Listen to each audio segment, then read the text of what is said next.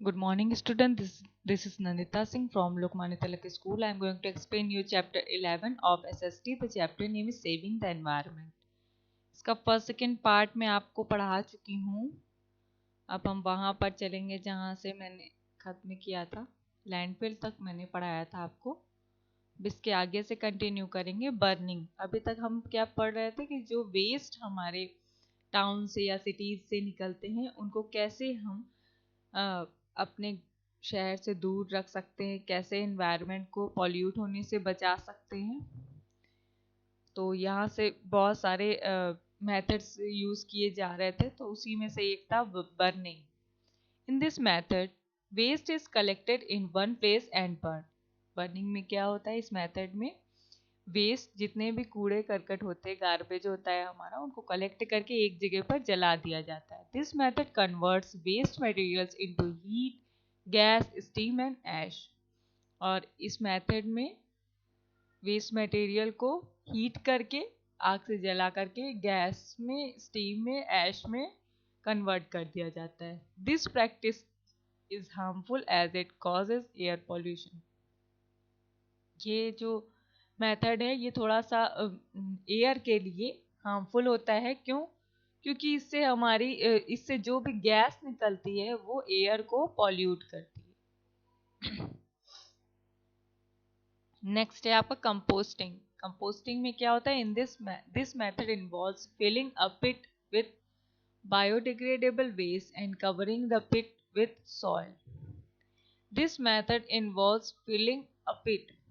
इसमें एक गड्ढे को खोद करके उसमें सारे वेस्ट को भर दिया जाता है.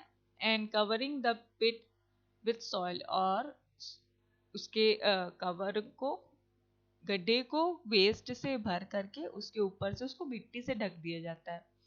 After some time the waste get decomposed and turns into compost which is rich in nutrients. कुछ समय बाद क्या होता है? वो वेस्ट डीकम्पोज होकर के कंपोस्ट में चेंज हो जाता है, जिससे कि वो न्यूट्रिएंट्स के लिए बहुत ही रिच होता है. It is used as a natural fertilisers. और ये नेचुरल फर्टिलाइजर की तरह यूज होता है बाय फार्मर्स. किसानों के लिए नेचुरल फर्टिलाइजर्स की तरह यूज होता है. कौन सी चीजें? जो भी वेस्ट होते हैं, बायोडिग्रेडेबल वेस्ट होते हैं, उन्हें अगर हम पिट में डाल करके, गड्ढे में डाल करके, उसमें भर करके उसे ऊपर से मिट्टी से ढक देते हैं, तो कुछ टाइम बाद क्या होता है कि वो डिकम्पोज हो जाता है और नेचुरल फर्टिलाइजर की तरह यूज होने लगता है. It helps to improve the quality of the soil. और ये मिट्टी की क्वालिटी को भी इम्प्रूव करता है. The next one is the three Rs. The three R S. क्या है ये आर एस आपका? We can get rid of waste by following the three R S. और हम वेस्ट से बच निकल सकते हैं, वेस्ट को हटा सकते हैं. कैसे? ये थ्री आर एस की मदद से. Three R S stands for reduce, reuse and recycle. Reduce, reuse and recycle. The process of recycling involves turning a used product into something new. और इस प्रोसेस में क्या होता है कि the process of recycling involves turning a used product को ये recycle करके न्यू प्रोडक्ट में कन्वर्ट कर देता है. यूज्ड प्रोडक्ट को ये रिसाइकल करके न्यू प्रोडक्ट बनाता है. Waste materials like glass, paper can be recycled into new products. और ग्लास है, पेपर है, ये सारे प्रोडक्ट रिसाइकल करके दोबारा से बनाए जा सकते हैं. For example, fresh paper can be made from old new papers and magazines. पुराने जो बुक्स कॉपीज होते हैं, मैगजीन्स होते हैं, पुराने न्यूज़पेपर्स होते हैं, उनसे हमारा न्यू फ्रेश पेपर बनाया जा सकता है. Polyester is recycled out of old plastic bottles and is then use to make clothes. Polyester जो होता है वो रिसाइकल किया जाता है ओल्ड प्लास्टिक बॉटल से, और and is then use to make clothes, और इसकी मदद से कपड़े भी बनाए जाते हैं।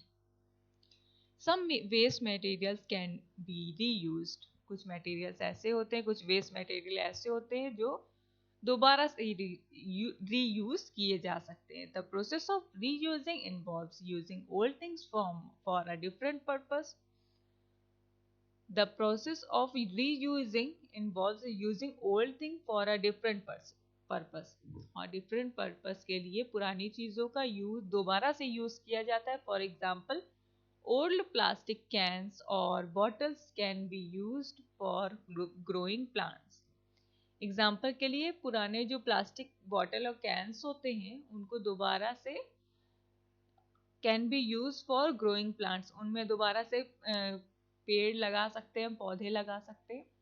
Old clothes can be use to make carry bags and dusters, और पुराने कपड़ों का हम यूज कर सकते हैं, उन्हें कैरी बैग बना सकते हैं, डस्टर बना सकते हैं।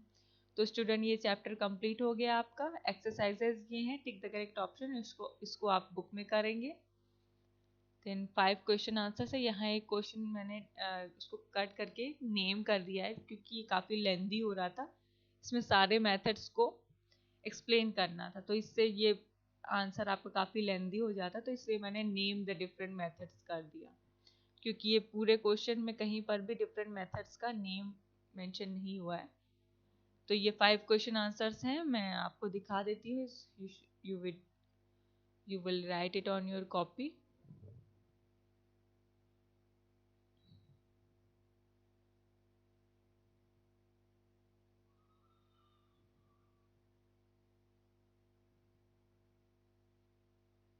ये यहाँ पर फर्स्ट है आपका डंपिंग।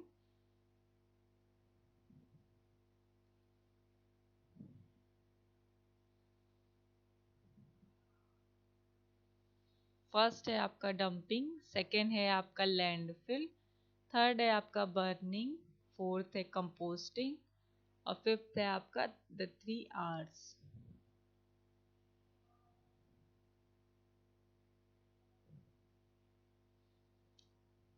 फिर डिफरेंस है ये। तो student complete your work. I will meet you in next class with next chapter. Till then, goodbye, take care.